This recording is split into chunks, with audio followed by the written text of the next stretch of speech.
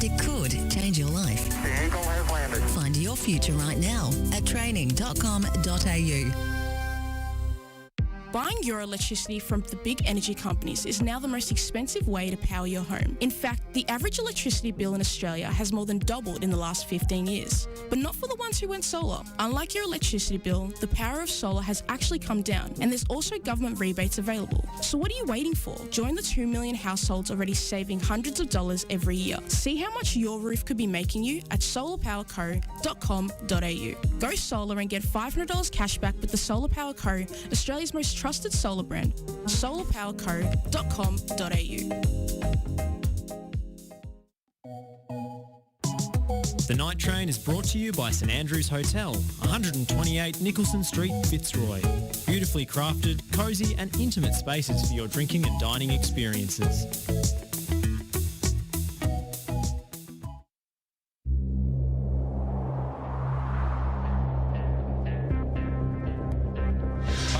Their time has arrived.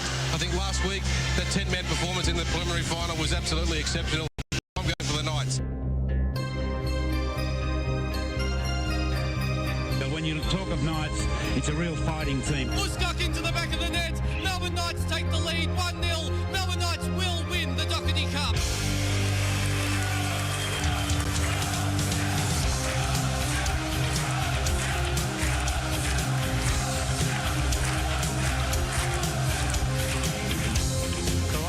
For a finals berth, that's it!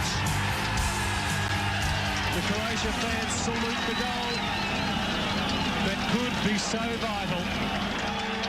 And good evening, Knights fans. Welcome back to the Night Train. We'll be discussing everything and anything Melbourne Knights. Once again, I'm your host, Anthony Zovak, joining us through the Zoom from his potential new residence, Josh Parrish, up in Canberra, and in-studio guest for the night, former club captain and assistant coach, Adam Zielich. Boys, good evening.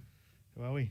Very well. Joshy, how you going in Canberra, mate? I'm doing well, mate. I just landed, and no sooner have I arrived, I've jumped on a Zoom call to do this show. So it's like I've never left.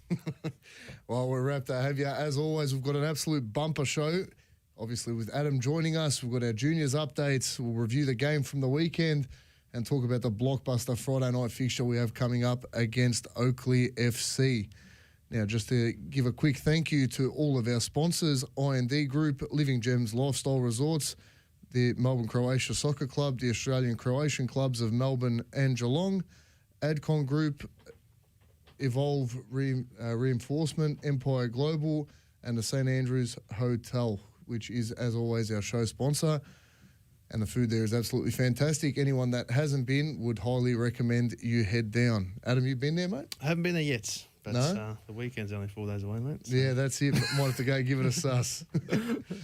Now, just to give a quick junior update for the weekend, the under-12 boys with a 5-1 loss, under-12s W, that is, under-12s K with a 6-4 win over Westside Strikers, under-13s A with a 2-0 loss to Caroline Springs. The NPL juniors, the under-14s with an 8-2 loss to Melbourne Victory. The under-15s with a 1-1 draw against Goulburn. The under-16s with a 2-2 draw against Goulburn. And the under-17s with a 2-1 win over Bringbank Stallions. And now just to give our under-9s a quick shout-out, they over the weekend made it to the semi-final of the Mill Park Cup event, losing to the eventual winners of the tournament. So well done there to everyone for making the semi-final of that particular tournament. Now, just to give our women's a quick update for their results over the weekend, the under-9 girls had a bye. The under-12 girls with a 6-1 win over Darebin Falcons. The under-14s with a massive 9-2 win over Laylaw. And our seniors and reserves, the reserves with an 8-0 loss to Bundoora and the seniors with a 2-1 loss to Bundoora. So a bit of luck next week, girls. Hopefully you can bounce back. The under-21s with a wonderful 3-1 win over Heidelberg. The under-19s with a 2-2 draw. In the 21 games, quick shout-out to Harry Chakarun with absolutely blinding save to keep the boys up. So congratulations to him. Now, joining us in studio, former club captain, assistant coach for a pretty memorable FFA Cup run, Adam Zielich. Adam, mate, welcome to the show. Thank you. Thanks for having me. Now, mate, obviously captain the club, coach the club. What's your earliest Melbourne Knights memory? Probably as a fan. My father used to take me to many games in the NSL. Just grew up there, Sundays, every second Sunday I was there.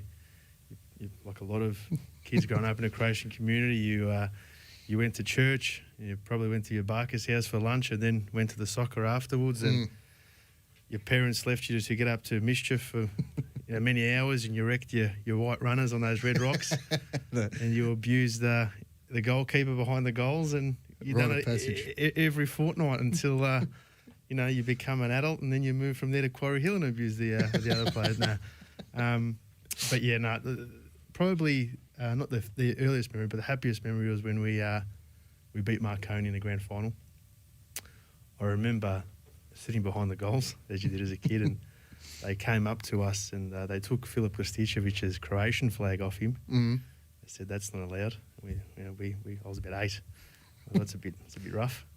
And, yeah, definitely. Then I never seen my father so happy when we won, and he had me on his shoulders at the top of the stadium, and I started crying because I was so scared. And he forgot that he was on level 2, and he was jumping up and down, and it was ridiculous. And that would be probably the greatest memory. That or when they announced Jeff Kennett and 15,000 people started booing.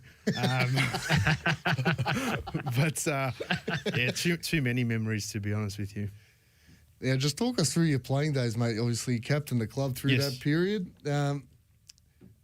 Highs and lows of your time as a player at the Knights. So I came to the Knights after the NSL broke down as a kid. I came to the reserve team, and we had quite a young reserve team, to be fair, under 21s.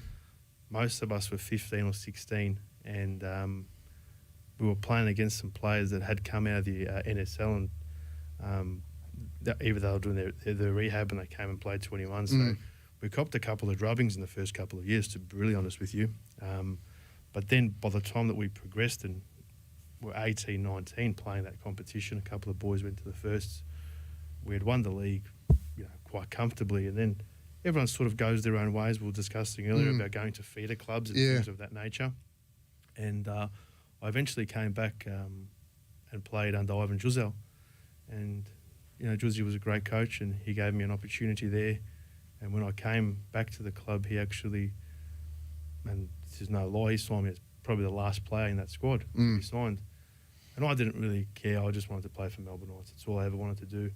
Other kids wanted to play for bigger clubs overseas and whatever it was, but for me it was just Melbourne Knights.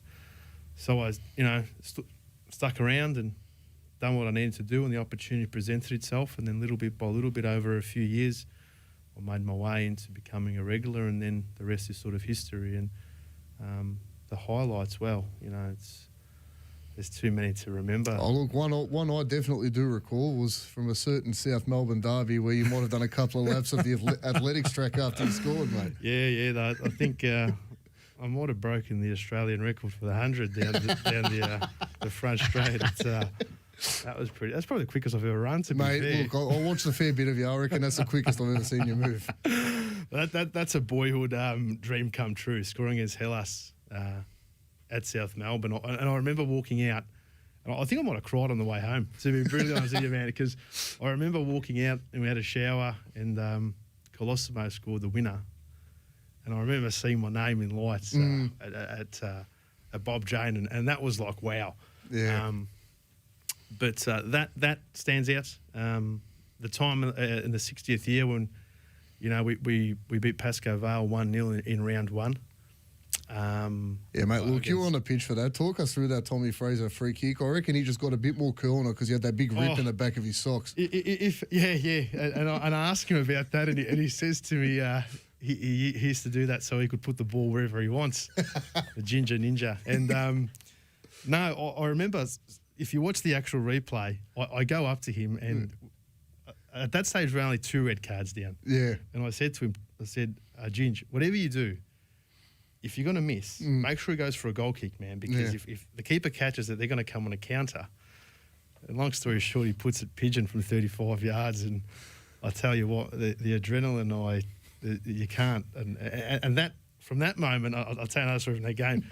David Kusterer came on as a sub, young boy at that stage, probably 19, and Quarry Hill is, you'd think there's 15, 20,000 people. There's a massive bouncing Melbourne Knights flag, and he's got tears in his eyes, and he says to me, F me, Zilla, this is amazing. And I'm like, oh no, just keep playing. It was about 3 or 4 minutes to go.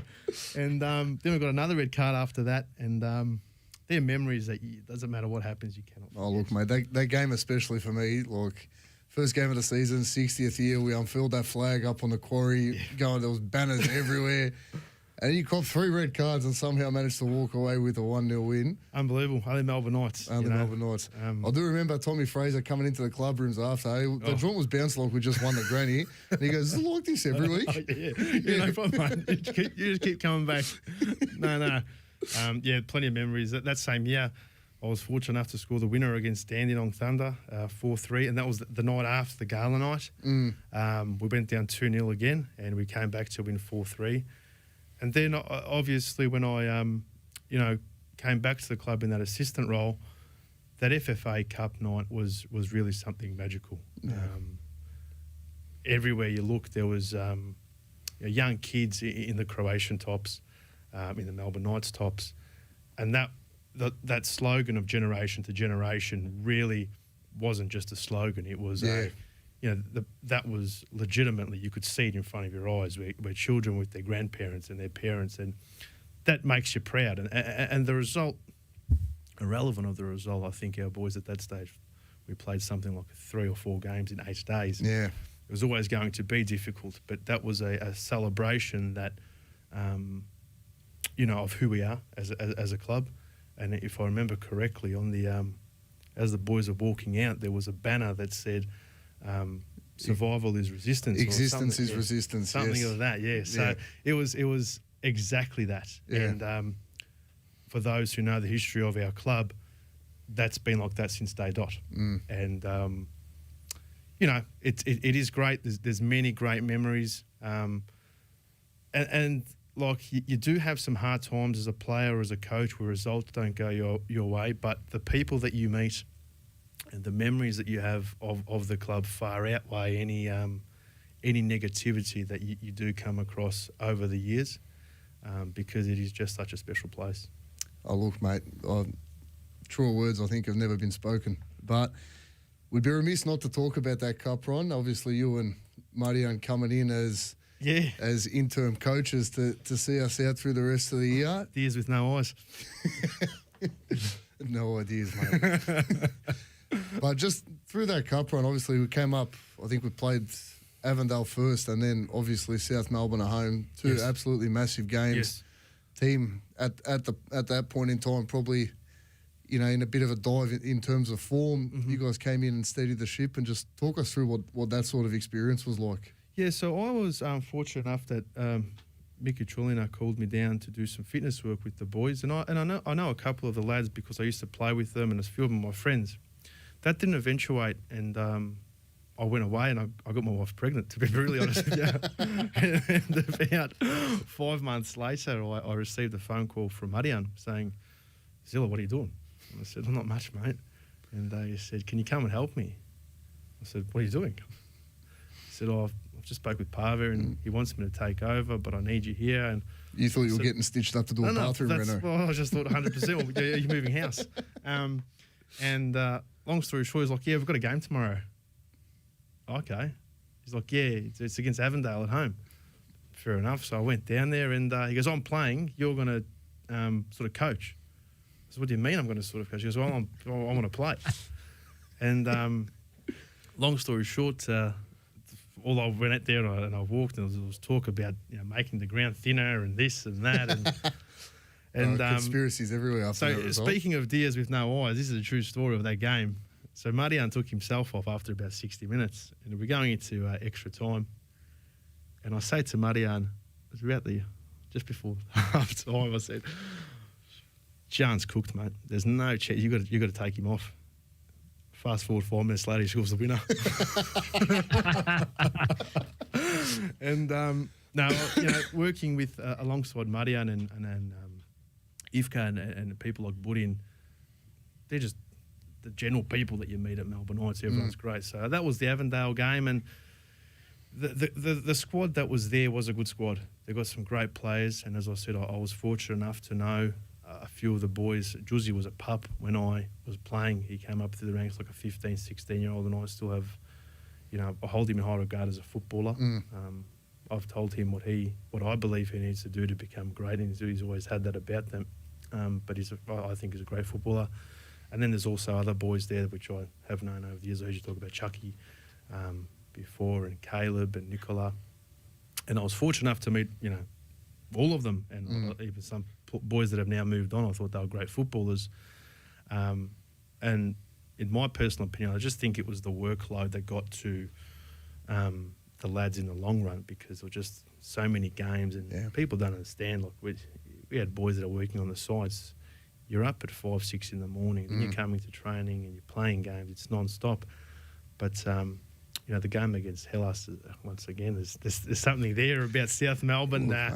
And you have to be honest, as a Knights supporter, we may not like them, but they're a great football club as well, and that's what adds to that rivalry. Because you can't manufacture a passion like that. That's a rivalry that's been built over 30, 40 years. 100%. Hard fought games. Some go your way, some go.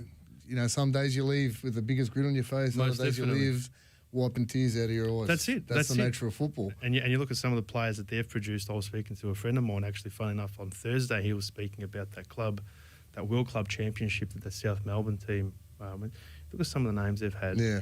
And that's what adds to the rivalry, because we bring our best cards over the years. Yeah. They bring their best cards, and as you just said, you win some, you lose some, but when you look back over the course of a 30, 40, 50-year period, you go, man, there's been some great games. Yeah. And we've been on the winning end some, we've been on the other end of others, but without them, that rivalry can't that can't assist. But always beating them, irrelevant where we play them, or even if it's a pre-season friendly in the sticks, it doesn't matter. If you can beat them, you'll beat them. So, look, if our juniors played them in Albury in a five-a-side futsal match, I reckon I'd still be driving up to watch, mate. That's exactly right. So that was what followed there. And then, obviously, Adelaide at home, as I touched on earlier, was a really special moment.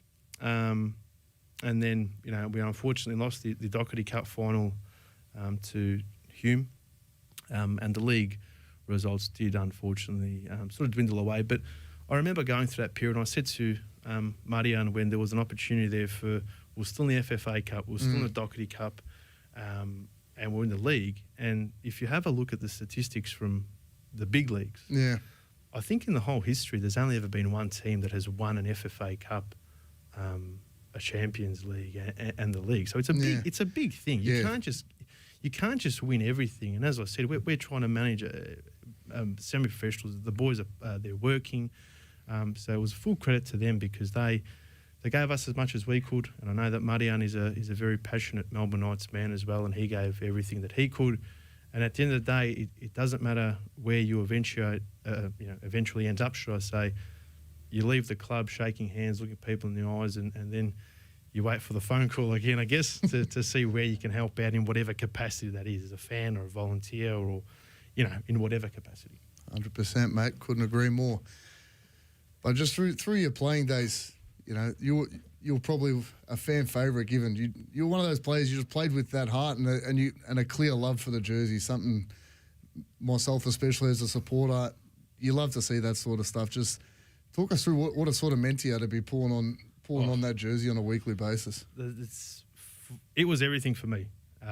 A lot of people growing up never understood what that club meant to me, and I've got, I look back at some homework over the years at school. I was never good at school, but so I used to write about the Melbourne Knights, and I've got somewhere there that there was an exercise we done at school when I was about grade 2 or 3. So what do you want to be when you're older?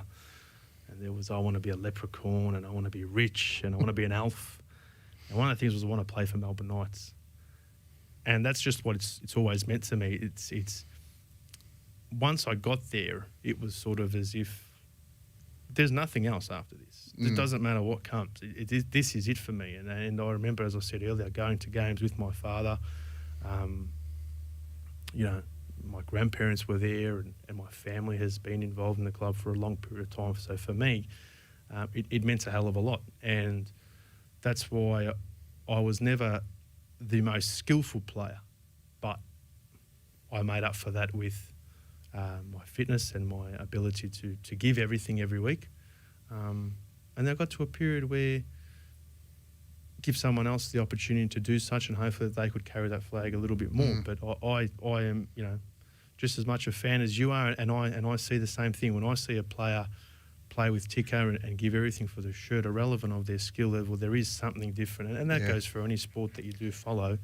It does stand out. So they're the players you remember. 100%. And as I said, I am a fan as well, and there's plenty of players over the years. Melbourne Knights is fortunate enough to build a football factory that you can remember a lot of players there that are so skillful, and but there's plenty that played with ticker, and they're just as important. So speaking of this football factory we've produced down at the Knights, who do you reckon the best player you played with in your time at the club was? Both in that famous under-21 squad that won so many championships and the senior setup. There was some really good players.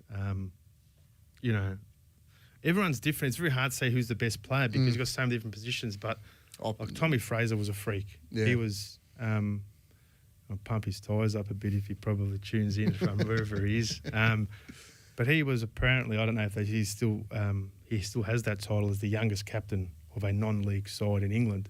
And he came up through the Brighton ranks, and legitimately, if he wanted to, he could hit a footy 30, 40 yards and it'll hit a 20-cent piece. Like, he was ridiculous. And his banter was fantastic. He was on a holiday here, but he was taking the mickey, and he was just a brilliant footballer. Ljubo Milicevic, obviously, made his football credentials speak for themselves. 100%. And I remember I did play alongside Ljubo later in his career, but we were in that 2013 team, which I still believe, 8 years later, that we probably should have won the flag. We probably underachieved, losing to South Melbourne in a semi. But Ljubo would stand next to me. If Buttershoot just gets onto the header open at the back post, we'll maybe have a different conversation. I had a chance last couple of minutes as well. It just didn't fall right. But I remember playing against next to Ljubo, and he'd be like, "Zilla, I'm bored." I mean, you're bored. You're playing, man. He'd take the footy and he'd skin 4 or 5 players. He'd play a great pass or set something up, and he'd come back and just be laughing to himself, and it's just like, that's Ljubo, you know what I mean? Like, he's just a different cat. Marijan Svicovic, brilliant footballer. He could, you could turn on a penny, mate. Especially that year, that 2013 season. I think he won the MVP that year. He was absolutely phenomenal that season. Tommy Uscock is the player, look, I know that these guys are all my mates, but that's a bloke who plays with ticker, like Frana. They play with ticker, man. You try and beat him. He's just they fight. You know what I'm saying? And when you've got a player like that next to you, it's you lift as well. But so many good players over the years I was fortunate enough to play alongside, and even from a coaching perspective, man, what the coaches I had a nice Juzi, Magdic and Stabat, like, playing wise, they're brilliant footballers all in their own, and coaching wise, all the great coaches as well. So I was very fortunate to play alongside some great footballers and be coached by some really good people as well. Adam, do you think it's more important in the NPL for those players with ticker to come to the fore? I mean, I was talking to Ryan Scott a little while back when he's made the leap to the A-League, of course, and he's saying the NPL is kind of insane. Like, you work as a brickie, wake up at the crack of dawn, then you got a 8:30 kickoff at Summer Street and you're falling asleep midway through the second half. So, is it actually more important in this particular division to have those players with heart to kind of fight through the pain barrier and the fatigue barrier? Yes, most definitely. It's a mindset. And funny you say that. I remember rocking up to training, and you get there about 5 o'clock, and there'd be 3 or 4 people sleeping in their car, just getting a half an hour kip in. I was one of them, man. I was regular. I was a regular there. But I think it's a mentality thing. Where if you have to fight for something, I speak about this club and having to fight for its identity for so long. And that's why we are so proud as a community and as a club, because we've had to fight for it. Well, the same thing goes for these players coming through the ranks. If you've had a red carpet rolled out for your whole life, then I think it's very hard for you to have that mongrel about you in other avenues of your life. And if you look at people with that work ethic, it's not just their football where they're exceeding. They exceed at other avenues of their life. But Most definitely, to answer your question, I think that it is important to have it at this level, and especially if kids want to go on to that next step, which I think this generation of children don't understand how hard you actually have to work. And I had this conversation, with this gentleman I spoke with on Thursday. The people that I watched growing up, NSL players, for them to play professional football, they had to work like dogs to get overseas to Europe.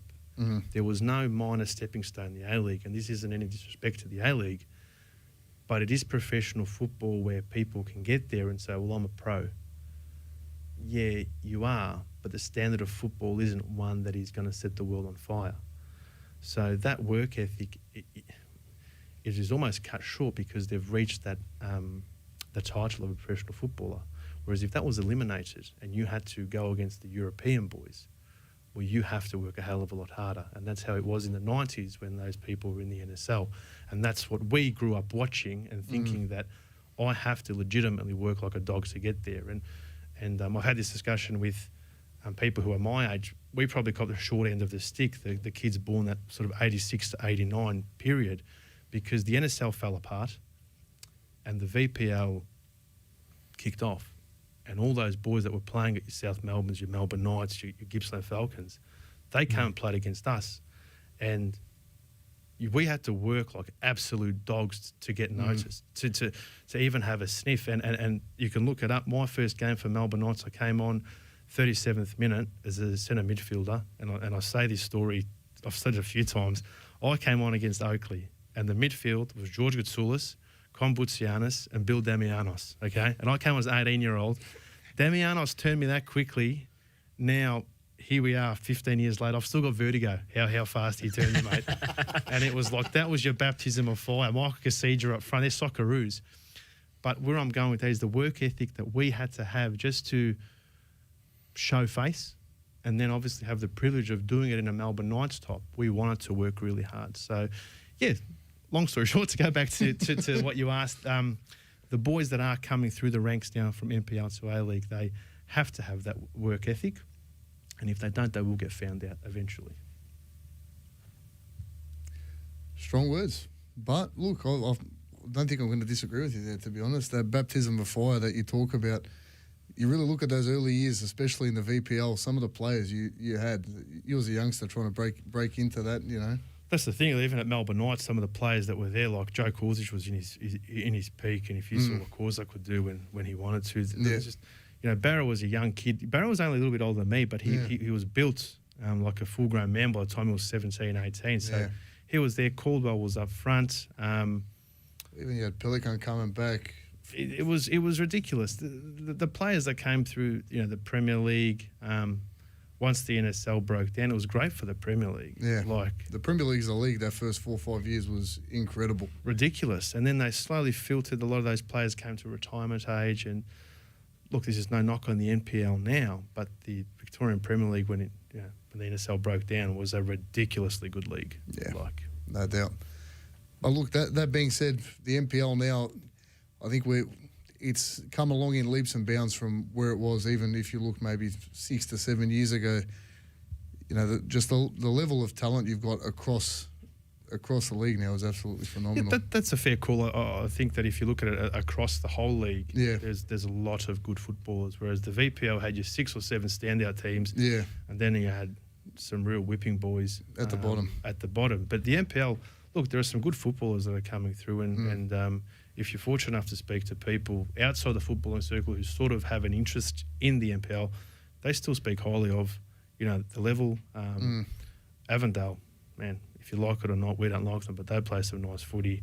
I watched all the Knights games, and I said to you earlier there that Knights are just a little bit away from everything going right. Like yesterday's result, they're not far away. It's just something needs to tick there. There's some good players in that squad. Across the board, man, the league still produces good footballers. Well, speaking of the Knights team, you as an ex-player and ex-coach, how do you think we're sort of travelling up till this point in the season? I like watching. I've watched every Knights game this year, funnily enough, and I think that you're getting a lot out of players that when I was there, they're still around and they're starting to do things that we told them to do. Like Gian's goal yesterday, if he does that every week, he's banging in 15 because he gets those opportunities. Yeah. Just the one touch and hit it. Don't dilly-dally. Touch it, hit it. Caleb's had a solid year. Juicy, I always rate Juicy. Yeah. It's because I've played with him and that's me holding on to my youth. And you've picked up some great players. It's just, as I said, Melbourne Knights we're just one step away from results going really well. Yeah. And it almost feels as if even when we are in that position, like yesterday, I'm watching the game and I could almost feel there that something has to go wrong here. Yeah. But that being said, there's plenty to look forward to. It's still you've got some good youngsters coming through. Sanchez can be anything, man. When I was there and I saw him play, you can just see the kid was born to play footy. Oh, we're big fans of him on the show, mate. You know, so he's got a big future ahead of him. There still is some relatively young players there. You know, the boys are going to be all right. If they string a couple of wins now, you can still make a push for finals. And if you like it or not, no one wants to play Melbourne Knights, especially in a final. So 100%. Injuries, stay away from injuries, stay away from the suspensions and the boys that they could potentially be coming home with a wet sail and causing people some headaches. 100%. Guys, we're going to go to a quick break. Thank you again, Adam, for joining us on the show. When we come back, we'll have a quick around the grounds and we'll review yesterday's very interesting fixture.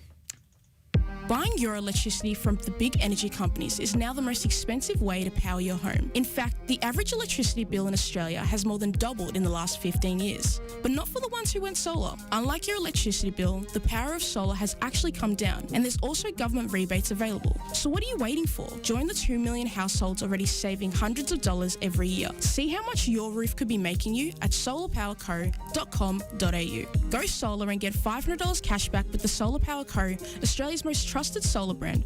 solarpowerco.com.au. With the right qualification, there's no telling where your career could take you. It's one small step for man, one giant leap for mankind. The moon might be a bit of a stretch, but whether you are looking to progress your existing career, start a new one, rejoin the workforce, or get better at a hobby, training.com.au is here to help. At training.com.au, you can answer a couple of simple questions and instantly find out what courses are available for you. It costs nothing, and it could change your life. The eagle has landed. Find your future right now at training.com.au. Since 1998, Lanco Group has been providing superior civil engineering solutions and advice to developers, local government and service authorities across Australia. Lanco Group is known for delivering sustainable, efficient solutions. By working closely with clients, Lanco Group is able to meet the complex infrastructure requirements for residential, commercial and industrial developments on time, on budget. Find out more at lancogroup.com.au. Lanco Group, your business partner for engineering solutions. Are you looking to change your destiny in life? Be your own boss? Start your own business? If you are, you need people who understand your needs and are committed to helping you make it happen. At DKP & Co Chartered Accountants, we are more than just accountants. We are business advisors, taxation consultants and strategists that specialise in setting up businesses. We understand the client and give them the very best customised advice and strategies to achieve their goals. Visit our website dkpco.com.au or give us a call today on 03 9023 9370.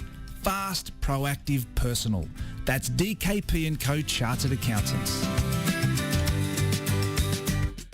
Buying your electricity from the big energy companies is now the most expensive way to power your home. In fact, the average electricity bill in Australia has more than doubled in the last 15 years. But not for the ones who went solar. Unlike your electricity bill, the power of solar has actually come down, and there's also government rebates available. So what are you waiting for? Join the 2 million households already saving hundreds of dollars every year. See how much your roof could be making you at solarpowerco.com.au. Go solar and get $500 cash back with the Solar Power Co., Australia's most trusted solar brand. solarpowerco.com.au. Since 1998, Lanco Group has been providing superior civil engineering solutions and advice to developers, local government and service authorities across Australia. Lanco Group is known for delivering sustainable, efficient solutions. By working closely with clients, Lanco Group is able to meet the complex infrastructure requirements for residential, commercial and industrial developments on time, on budget. Find out more at lancogroup.com.au. Lanco Group, your business partner for engineering solutions. With the right qualification, there's no telling where your career could take you. It's one small step for man, one giant leap for mankind. The moon might be a bit of a stretch, but whether you are looking to progress your existing career, start a new one, rejoin the workforce, or get better at a hobby, training.com.au is here to help. At training.com.au, you can answer a couple of simple questions and instantly find out what courses are available for you. It costs nothing, and it could change your life. The Eagle has landed. Find your future right now at training.com.au. And they're Roma have risen from their ruins. Nonetheless, the Greek god in Rome. The unthinkable unfolds before our eyes. You are listening to FNR Football Nation Radio.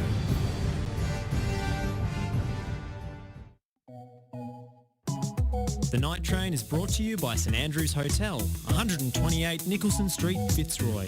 Beautifully crafted, cosy and intimate spaces for your drinking and dining experiences.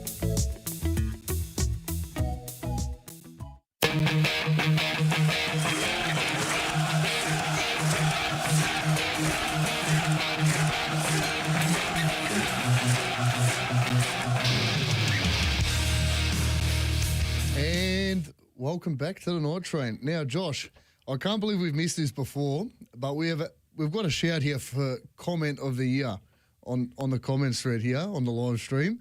Rod Smith's asking if we had the bloke from American Pie in for an interview. That's up there. That's up there with whoever called Ed Good in Wayne's World back a couple of years ago. But Josh, an absolutely massive weekend of football to review. Some absolutely massive results. Mm-hmm. Table's been shook up once again after a big weekend of football. So we'll kick things off with Green Gully with a 4-0 win over Altona Magic. Magic not looking so magic this year, mate. No, I think that was maybe got a false impression of their quality from the South Melbourne game. Yeah. Maybe it was more to do with their opposition.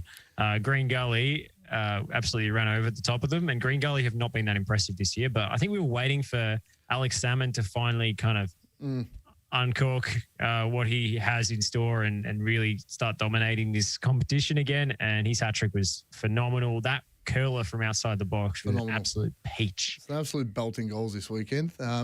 This week's opponents, Oakley Cannons with a 6-1 rout over Dandy City. Dandy scored first and then wasn't looking too pretty after that, Josh. No, I called this game down at Jack Edwards in the very wet weather, and it was a defensive mistake. It was just a long punt from the goalkeeper's hands and a terrible defensive header from Dylan. And then even you could argue that however well Braden Mann struck that shot, Nick Feely should have saved it, slipped through his hands, maybe wet ball, whatever. They went up 1-0. And then it just all collapsed and cascaded in spectacular fashion from there. Joe Guest is back out of his home self-isolation. He was in one of those hot spots, so he had to miss a couple of weeks. Yep. So he played really well, but the star of the show was Chris Lucas, scored a hat-trick. It was a very young... Yeah, he got to play through the middle this time. They put Matt Thurtell on the bench, who's just having a few little injury niggles. So... They gave him a little bit of a rest. They've got a cup game on Tuesday or Wednesday. Tuesday night, I think. Tuesday night, yep.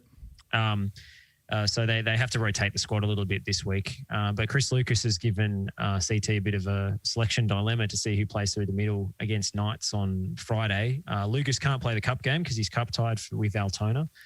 So he'll be fresh and raring to go again. I'll make the decision for him there.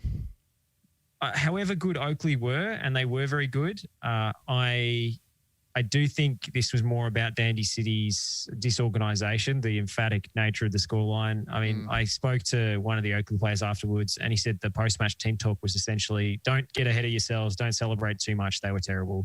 And honestly, I don't think Dandenong City fans who are in attendance would disagree with that. I mean, some of the marking, particularly off set pieces, was absolutely Sunday League abhorrent stuff. I would be really angry if my kickabout team conceded some of the goals that went in. The exact same goal conceded on 3 separate occasions, just open players at the near post, not even making a run, just standing there, just stationary, and then a whip ball into the front post about 2 metres out, and they have a free header and score. And it happened 3 times. So, I mean, that's just absolutely inexcusable. And I think the new manager bounce is well and truly done and dusted at Dandy City. Yeah, that bounce might have just deflated.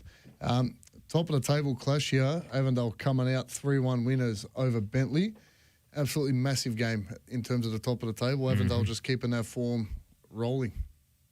It was a really good game to watch as well. I was there calling the game with Blakey, and Bentley started really well. They were defending really well. They came with a bit more of a defensive game plan playing against Avondale. They sort of compromised a little bit on their usual gung-ho approach. Ira Dacunda started in midfield, and he's got no luck this season. I mean, he was outstanding in the first half, won so much of the ball and really shielded the back four, and Avondale couldn't get past him.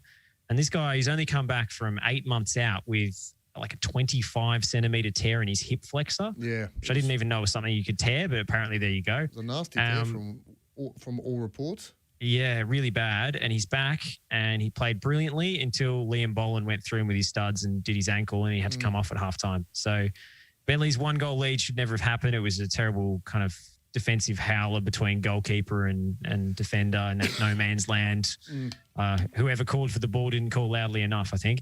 So that was a calamity, and Braden Crowley had an open net. But second half, Avondale turned on the Jets and really pressed as a unit and forced turnovers on halfway time and time again. They blitzed them. So Avondale 5 points clear at the top of the table, and you have to say, based on performances, probably deserved. Yeah, look, they're definitely looking like the best team in the comp to this point this year. Hume City with a big 4-0 win over Eastern Lions. Dandenong Thunder with an emphatic 4-1 win over our old rival South Melbourne. You hate to see it. Goodness me. Did the South Melbourne social media sphere explode on Saturday nights? What a debacle. Yeah. Look, their Twitter was on absolute fire on Saturday night, made for some pretty good viewing. But, you know, Dandy Thunder really making a bit of a push over the last few weeks, and they're going to be a team who's thinking they can make a real push at a potential top 6 berth, given form in this back half of the season. Yeah, I think it's Maricic they've signed at the back there. He's a big towering centre-back. He was very dangerous off the corners. Of course, Hamish Watson, former Knights man, in there as well, has given them bit of bustle and physicality up front that they needed. And Bernardo is just a gem. He's so good. Yeah. So good. I mean, I don't know if you saw in the celebration, there was some sort of flag unfurled after one of the goals. I did. And it's always a nervous moment at an NPL game when a flag is unfurled. But this one was for Cordoba, which is the hometown in Argentina of Noel Bernardo, which is a nice touch, I thought. That's a nice surprise.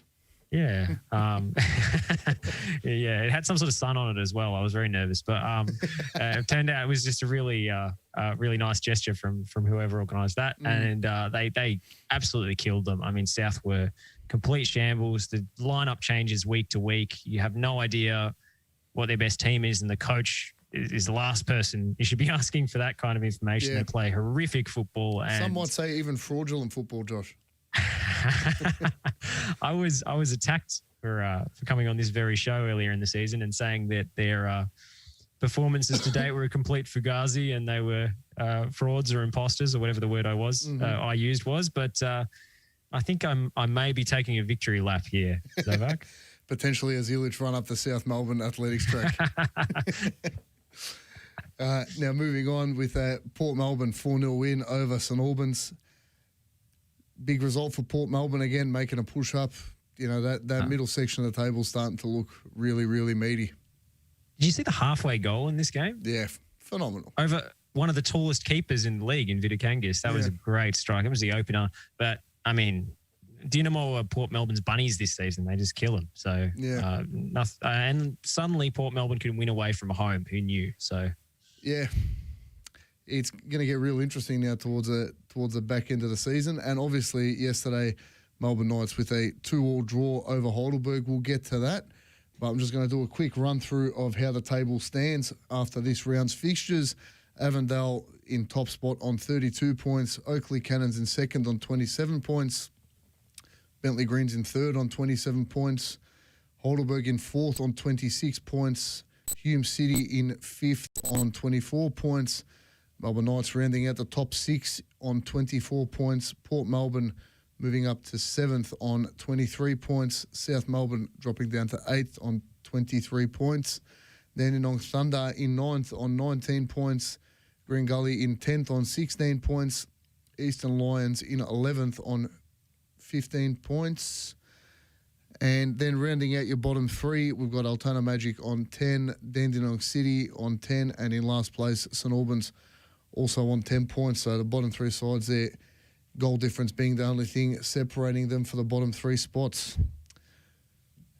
And again, Josh, you look at the table between 2nd and 8th. There's 5 points. It is so tight. We've been saying it all season, but it doesn't make it any less accurate. It's literally one win away from being third. Yeah, it's ridiculous. Potentially. It's going to make for a very, very interesting, last probably 8-9 rounds of the year just to see where everyone is going to end up. But going back to the fixture yesterday, Melbourne Knights coming out with a point away from Heidelberg. In the end, probably a bit of a tough result to swallow given the late drama. But all in all, I think that was probably the best performance the Knights have put out since coming back from the lockdown. The energy was up. They were creating chances on the counter. You could really see there was that plan to sort of get at Heidelberg in that fashion. And I think the boys put in an absolute shift and a half on the weekend, Josh. It was a really good game, I have to say. It was actually more open and more entertaining than I expected it to be. Same for me. It was just end to end, especially that first half. Like it's an absolute miracle that neither team scored in that first half. The amount of chances going both ways were absolutely. It was probably one of the best nil first halves I've ever watched. Yeah, it was really tense. It was a couple of good coaches coming up against each other, I think you could tell, and two teams who were really, really motivated.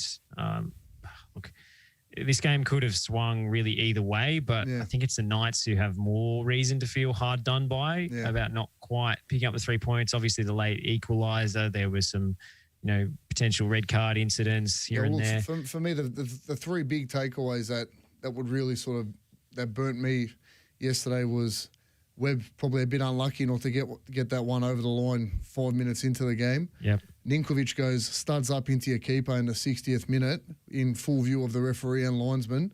And after a couple of minutes of discussion, he somehow pulls out a yellow card. Like, if that was Nikola Jurkovic, that's a straight red and he's gone for 6 weeks, mate.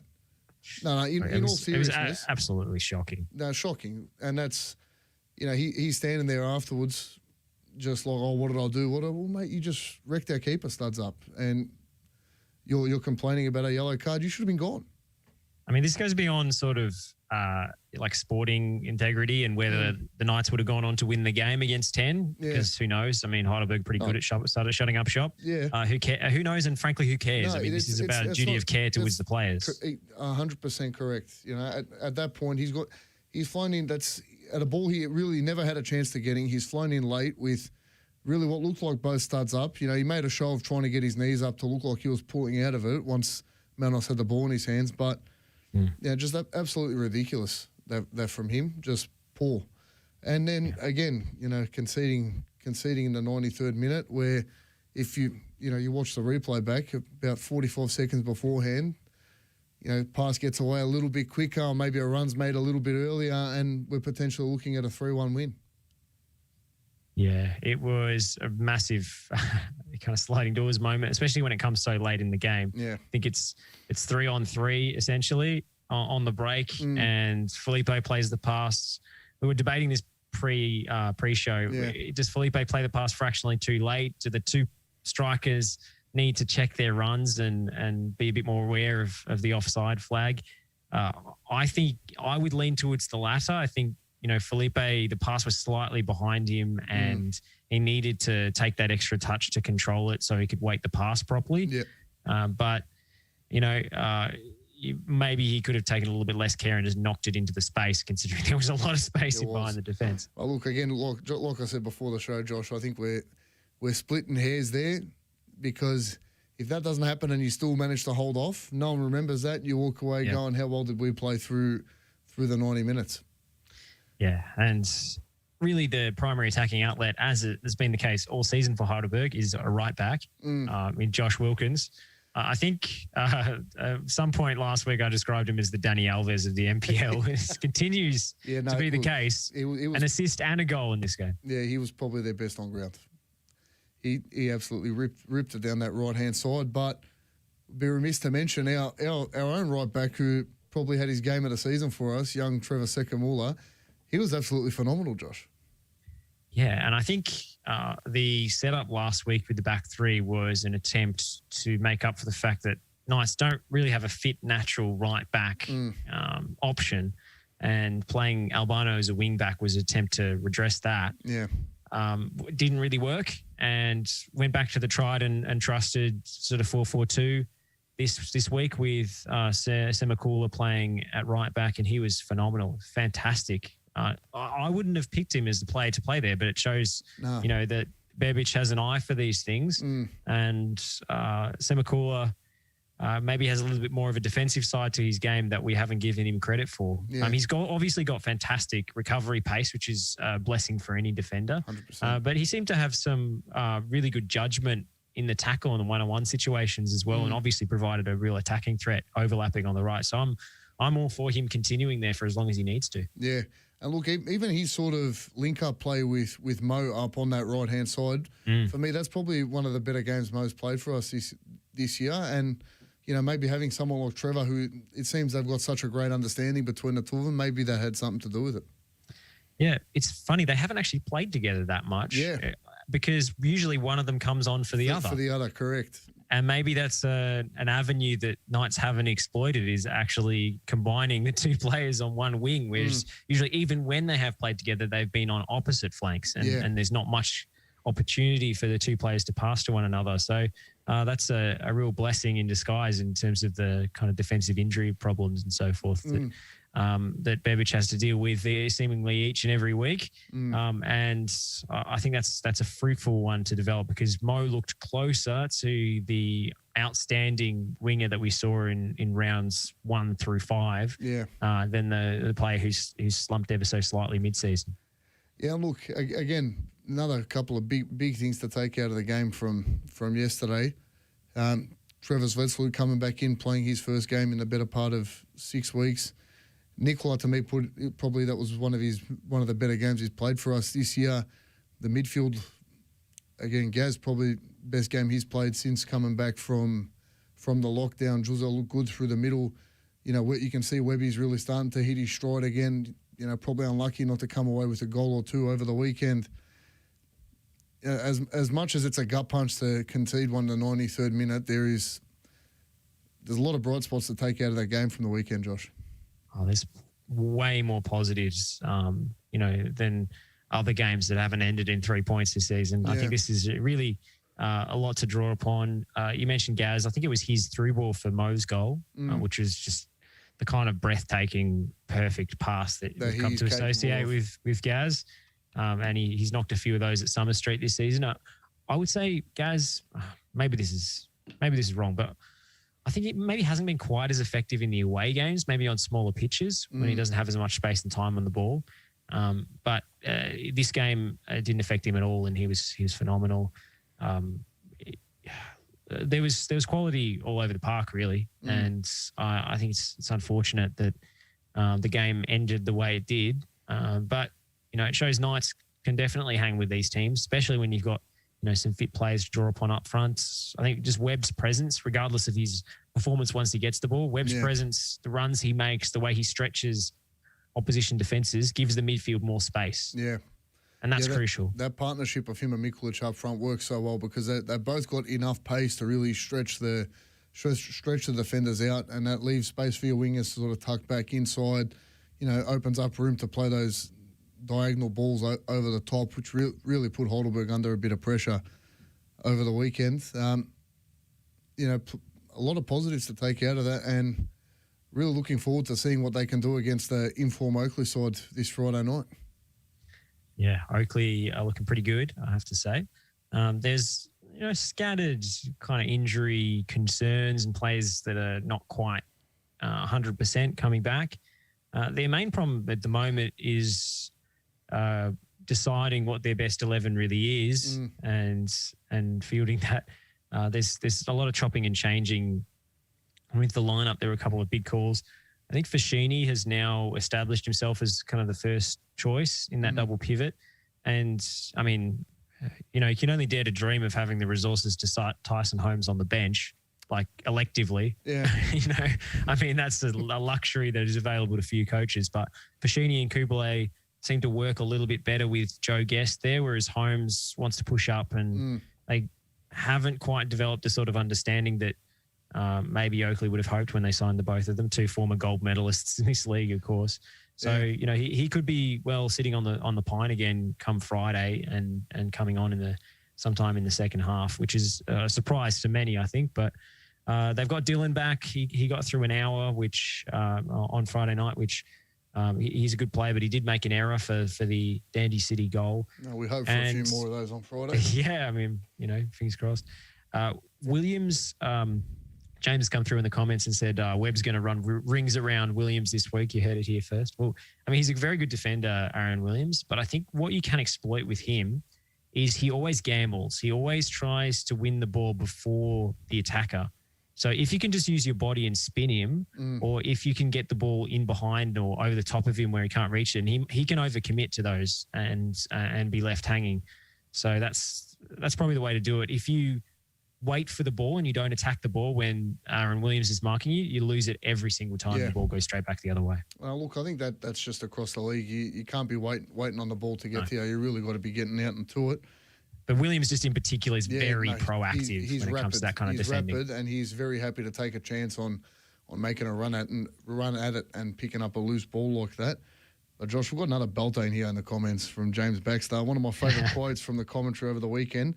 The keeper has made a meal of this. I don't think there was much contact as he's making out. That being said, I think the player's lucky to stay on the pitch. How does that work? But yes, I crossed wires there. Look, commentating's very hard, and sometimes you're saying the first thing that comes into your head, which doesn't always make sense. I know I've had a few shockers over the time, so I'm not gonna hammer into him too much. Not gonna have a go, but yeah, very very funny and didn't make sense at all. Nah, not at all. Now just the 3-2-1s for last week, Josh. I've gone Trevor Second-Waller for the 3 votes. I think he was. I was a bit iffy when I seen his name in the starting lineup, trying to figure out sort of where he was playing, given that you had John and Caleb and Webby and Mo and who was sort of going to be playing where. And when I seen him line up there at that right back slot, but the runs he made forward, he was still very dangerous getting forward. He performed his defensive duties very, very well there. Absolute standout for me on the day, and I'd be more than happy to see him there for the next at least couple of weeks. To fill in that slot at right back. Yeah, I mean, he's been brilliant this season as an impact sub, but as a starting right back, not what I expected to see from him. No. Fantastic, and a new role for him and new opportunity for him to get starting minutes. Definitely. For the 2 votes, I've gone for Gian Albano. I think, again, just his pace and chasing down up on that left-hand side, cut back in, scored a great goal to put us up. And again, just the pressure he gives, especially when you're sort of chasing and trying to get that press higher up the pitch. That front three or four, whatever you want to call it, that bank of players up in that front third of the pitch. It's him and Webby that are really pushing that high forward press, and I think that came off really well on the weekend. And he was probably unlucky to maybe not pinch another one. Yeah, I mean, Albano is such a natural in front of goal that I think a lot of coaches fall into the trap of using his versatility and trying to put him in different positions. You saw him at right wing back the other week. Yeah. He's played deeper on the wings under previous coaches and so forth. He's so good in front of goal that if you can avoid it, I think playing him up top is the solution, because he just has that natural knack of the ball flying in the back of the net. And we saw it on the weekend. That confidence, Adam talked about it, one touch and finish, don't mess about with it. That's what he just needs to drill each and every week. Just back yourself, and he's got that in his locker. He just needs the service. 100%. And for the one vote, I've gone with Nikola Jurkovic. I thought, stepping up and taking the captain's armband. I think that's probably one of the better games I've seen him put out this season there at that centre back spot. Just solid. I think from him, you really look at both goals that were conceded. I don't think really either of them came from his side. It was sort of down that right hand side. He was sort of pushing over on the other side of the pitch. But even a couple of times where he just showed that bit of midfield talent he's got, where he's just knocked the ball around one or two of the strikers and played us up into space to get us into a quick counter attack up the pitch. I thought he played a really, really solid game on the weekend. Yeah, I agree. He's suspended for Friday, is that correct? Yeah, I believe that was his fifth yellow. We all know Nicola's not exactly scared of the old yellow card. So we got Brycey back in to replace him at least? Yeah, so Brycey obviously missing last week with the 5 yellows. Nicola will be missing this week with 5 yellows. The only way Brycey can stay out of your 3 votes every week, Zovac, is if he's suspended, if he's not on the park. Yeah, well, look, unless he does something silly next week. I was almost tempted just jokingly to say Brycey for 3 votes just off the bench. But, yeah, no, look, Brycey coming back in for the game on Friday will be massive. We've got 90 minutes into Trevor there. If Bebbage decides to play them two next to each other there at centre-back, which I'm guessing you probably would, it really solidifies that spot. I think there's every chance we can get a result against Oakley. The thing with Oakley, and you've sort of seen it through the results this year, they're a team that'll beat Avondale but then lose to Eastern Lions or St Albans. Just their form can be so up and down, not overly dissimilar to ours at points across the last couple of years. So, yeah, even if you look at our history against Oakley, really over the last 5 to 10 years, they've always been absolutely cracking matches. I'm not expecting anything different this Friday. I think it's going to be an absolute belter of a game. And I think the boys can do just enough to get up this week, and I'm backing us in for a win at home. We've got a good 2-2 draw against them away from home a bit earlier in the season, a bit of McGarry magic with a free kick. Hopefully we get to see a bit more of that on Friday. But I'm backing us in for a 2-1 win this week. I really think the boys are going to step up and make a real push to solidify a potential final spot. Back in the Knights in for 3 points. I'm shocked, Stovac. I'm shocked. Oh, look, mate. And this time I think it's an actual footballing decision, not just like blind faith. This week's different. This week's different. I'm going to tell myself that anyway. I'm going to say a score draw. I think Oakley coming on. Yeah, they're in good nick at the moment. Yeah. Especially with Joe Knowles is just unplayable. Funny how that seems to work all year, mate. We always seem to get teams just as they're coming into form. Every time. But I think if Knights can shut down Joe Knowles and maybe send an extra player over to defend him when he picks up the ball, help out Trevor if he's playing it right back, I think that's a route to victory. But he's bailed out Oakley so many times, and if you don't close him down, if you give him space to work one-on-one with the defender, he can really burn you. So he's the danger man.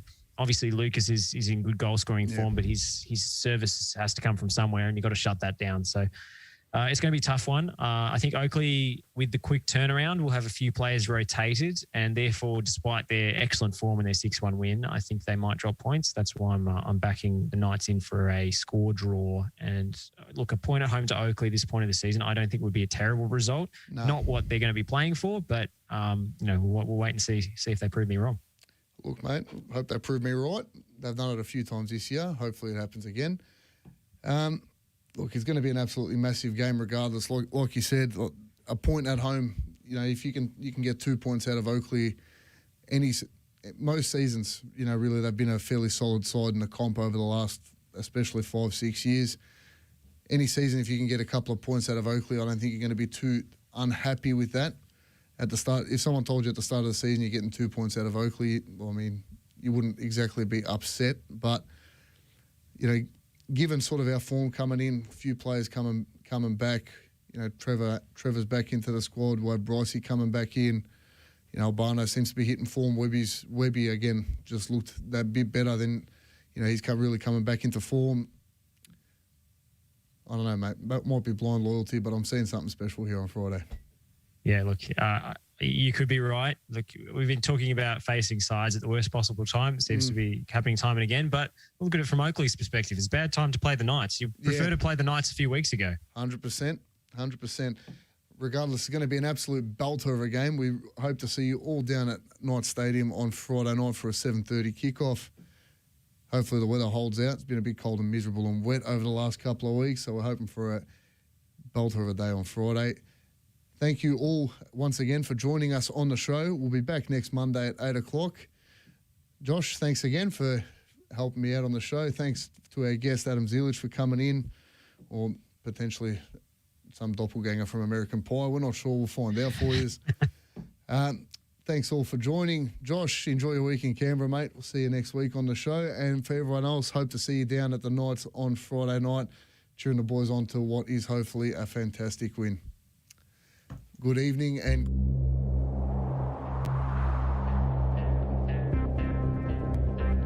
I think the Knights, their time has arrived. I think last week, the 10-man performance in the preliminary final was absolutely exceptional. So I'm going for the Knights. But when you talk of Knights, it's a real fighting team. Buskak into the back of the net. Melbourne Knights take the lead 1-0. Melbourne Knights will win the Doherty Cup.